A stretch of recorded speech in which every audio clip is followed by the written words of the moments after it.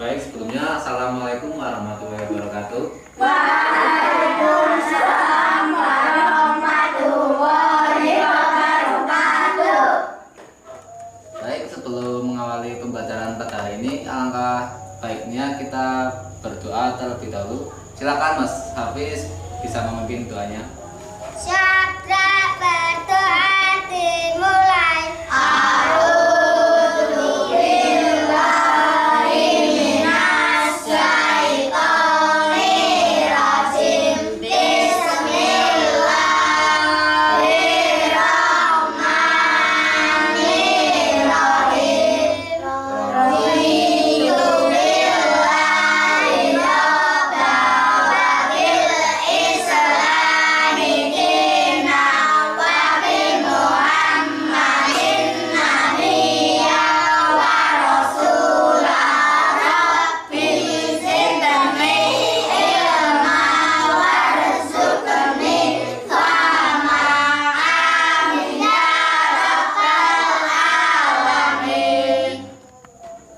Baik, sebelum pembelajaran dimulai, saya akan mengabsen kalian terlebih dahulu.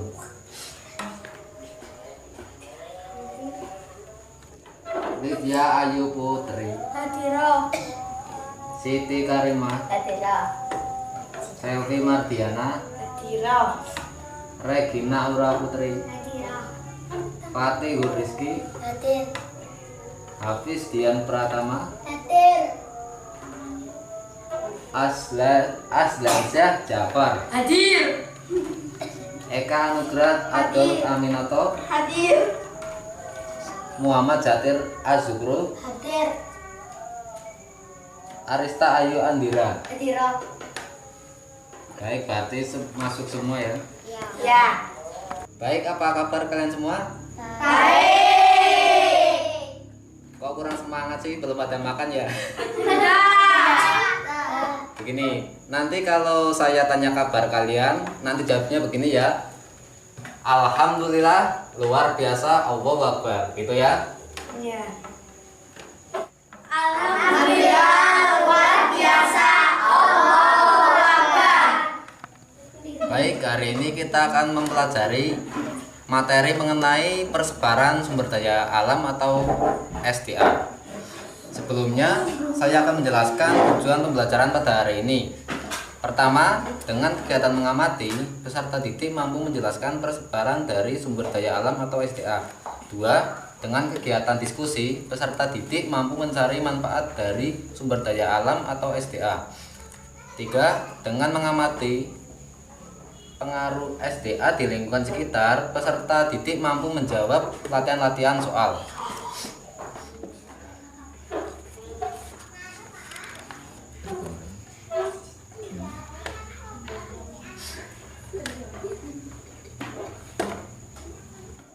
Sumber daya alam atau SDA adalah sumber daya yang terbentuk karena kekuatan alamiah yang berguna dan memiliki nilai di mana kita menemukannya. Sumber daya alam meliputi semua yang terdapat di bumi, baik yang hidup maupun benda mati yang berguna bagi manusia.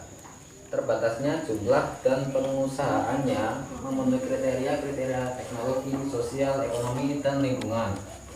Sumber daya alam dapat digolongkan menjadi beberapa macam. Berikut beberapa pengklasifikasian dari sumber daya alam, yaitu terbagi menjadi 3 macam. Yang pertama berdasarkan sifat, yang kedua berdasarkan potensi, dan yang ketiga adalah berdasarkan jenis.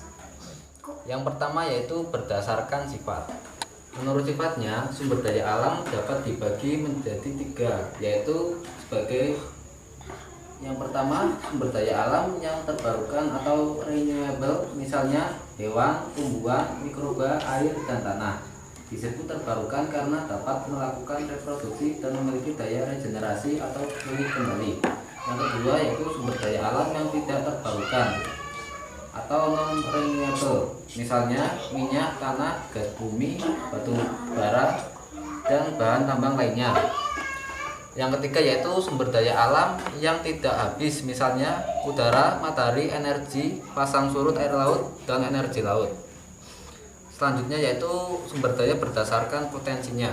Menurut potensi penggunaannya, sumber daya alam dibagi beberapa macam, antara lain yang pertama yaitu sumber daya alam materi, yang merupakan sumber daya alam yang dimanfaatkan dalam bentuk fisiknya. Misalnya batu, besi, emas, kayu, serat, kapas, rosella, dan sebagainya. Kedua, sumber daya alam energi, merupakan sumber daya alam yang dimanfaatkan energinya. Misalnya batu bara, minyak bumi, gas bumi, air terjun, sinar matahari, energi pasang surut air laut, kincir angin, dan lain-lainnya. Yang ketiga yaitu sumber daya alam ruang, merupakan sumber daya alam yang berupa ruang atau tempat hidup. Misalnya saja area tanah atau daratan dan angkasa. Sumber daya yang ketiga yaitu berdasarkan jenis. Menurut jenisnya, sumber daya alam dibagi dua, yaitu yang pertama sumber daya alam hayati atau abiotik, yang disebut juga sumber daya alam fisik, yaitu sumber daya alam yang berupa benda-benda mati, misalnya bahan tambang, tanah, air, dan kincir angin. Yang kedua, sumber daya alam hayati atau biotik, merupakan sumber daya alam yang berupa makhluk hidup, misalnya hewan, tumbuhan, mikroba, dan manusia. Sekarang sumber daya alam tidak selamanya melimpah. Ada beberapa sumber daya alam yang terbatas jumlahnya. Kadang-kadang dalam proses pembentukannya membutuhkan jangka waktu yang sangat relatif lama dan tidak dapat ditunggu oleh 3 atau 4 generasi keturunan manusia.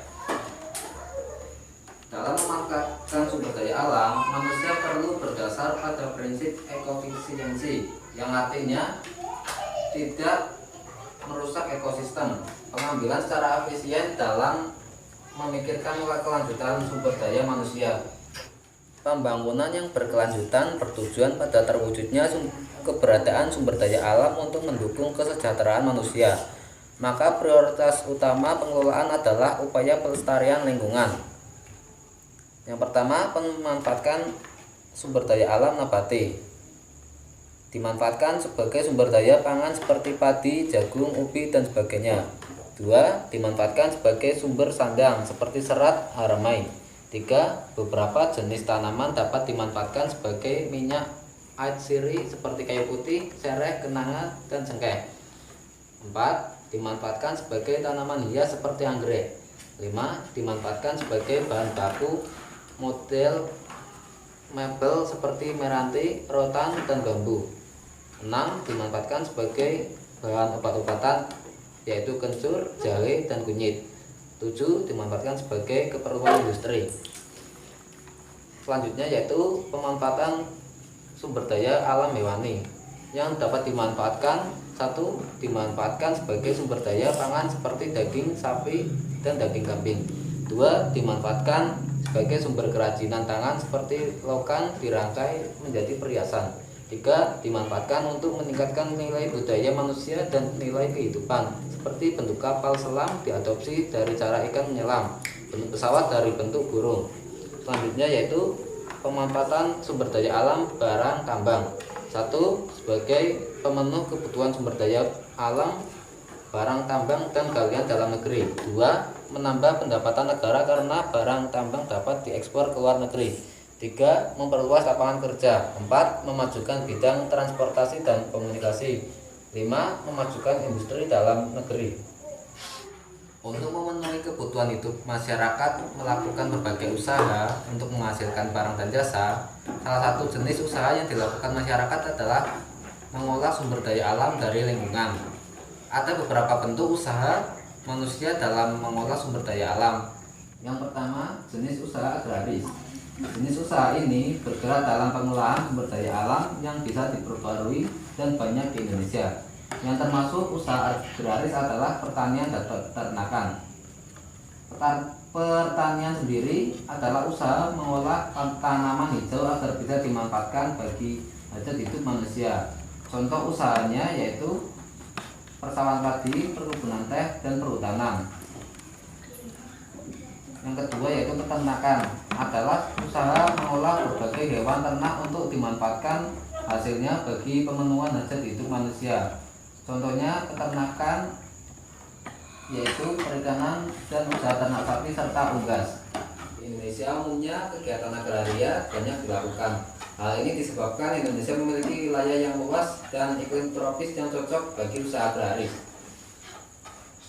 Selanjutnya yang kedua yaitu bidang usaha ekstraktif. Di dalam masyarakat dikenal istilah bidang usaha ekstraktif, yaitu bidang usaha produksi yang langsung mengambil barang dari alam. Contohnya yaitu pertambangan, perikanan, dan perhutanan. Yang ketiga, bidang usaha industri, yaitu bidang usaha yang mengolah bahan baku menjadi bahan setengah jadi atau mengolah bahan baku menjadi bahan jadi atau mengolah bahan setengah jadi menjadi bahan jadi. Contohnya pabrik sepatu, tas kulit, dan lain-lain. Yang keempat, bidang perdagangan, kegiatan membeli barang kemudian menjual kembali dengan mendapatkan keuntungan. Contohnya supermarket, toko kelontong, dan lain-lain. Yang kelima, bidang jasa, bidang yang menawarkan pelayanan tertentu dengan imbalan. Contohnya dokter, pengacara, guru, dan lain sebagainya. Berbagai jenis usaha yang ada di dalam masyarakat pasti bersinggungan langsung dengan alam. Jika tidak hati-hati, bisa jadi merusak alam dan mengancam kehidupan makhluk hidup. Karena itu, penting bagi produsen, distributor, dan konsumen untuk memperhatikan aturan dan standar pelestarian lingkungan agar tidak merusak alam. Baik, sekian pemaparan materi dari saya. Selanjutnya yaitu saya akan memberikan kalian tugas secara berkelompok, berpasangan satu meja ya. Ya. Saya akan mendidikkan soalnya. Soal pertama, benda gas yang terdiri dari berbagai zat seperti gas oksigen dan karbon dioksida disebut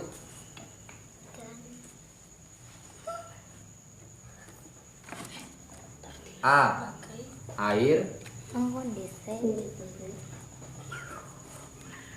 B.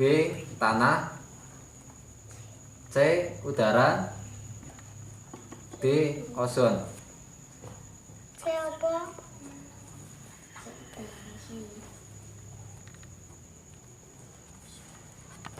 Nomor 2, udara yang sehat biasanya mengandung banyak A. Oksigen, B. Karbon dioksida, C. Ozon, D. Atmosfer. Kurang jelas, Pak. Ya, saya ulangi lagi ya. Udara yang sehat biasanya mengandung banyak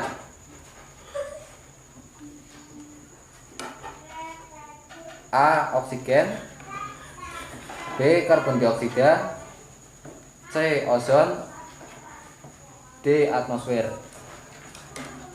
Nomor 3, manusia bernapas membutuhkan udara yang A. Kotor, B. Berpolusi, C. Sehat, D. Panas. 4. Contoh tanaman yang tumbuh di dataran tinggi adalah A. Karet, B. Tebu, C. Cengkeh, D. Kelapa sawit. Nomor 5, kelapa sawit dapat diolah menjadi A. Minyak goreng, B. Makanan tradisional, C.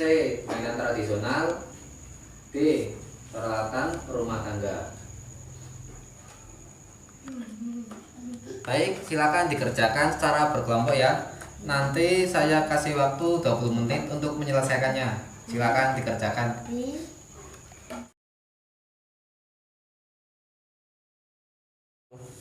Baik, karena waktunya sudah habis, mari kita cocokkan bersama. Nomor 1, benda gas yang terdiri dari berbagai zat seperti gas oksigen dan karbon dioksida disebut apa jawabannya? Udara. Ya, benar, C. Udara. Nomor 2, udara yang sehat biasanya mengandung banyak Oksigen. ya A. Tore. Nomor 3, manusia bernapas membutuhkan udara yang Sehat. ya benar, C. Nomor 4, contoh tanaman yang tumbuh di dataran tinggi adalah Kelapa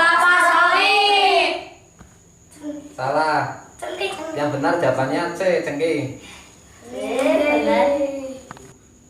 Nomor 5, kelapa sawit dapat diolah menjadi Minyak goreng. ya benar A. Salah. Baik. Dia Ayu Putri nilainya berapa? 90. 90. Siti Karimah 90. 90. Selki Mardiana 100. Regina Aura Putri 100. Fatih Gur Rizky 80. Azlansia Jafar 90. Eka Nugra Adolf Aminoto 80. Muhammad Zakir Azukru 80. Arista Ayu Andira 80. 80. Baik, berarti nilai tertinggi diraih oleh Mbak Selvi dan Mbak Regina ya. Silakan boleh kasih tepuk tangan. Baik, untuk latihan buat PR di rumah silakan nanti dikerjakan halaman 25 sampai 27 ya. Ya. Nanti besok dikumpulkan. Baik, saya cukupkan untuk hari ini. Silakan Mas Jafar bisa dipimpin doanya.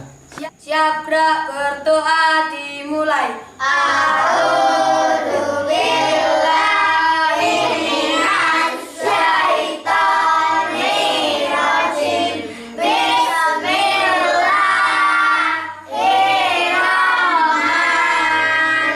Bismillahirrahmanirrahim. Wal asri innal insana lafil khusri illa alladzina amanu wa amilus solihati wa tawassaw bil haqqi wa tawassaw bis sabri.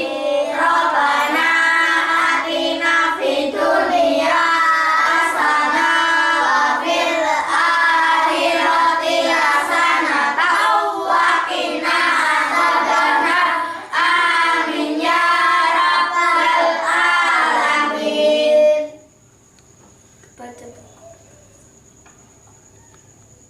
Baik, cukup sekian pembelajaran pada hari ini. Kurang lebihnya mohon maaf. Wassalamualaikum warahmatullahi wabarakatuh. Wah.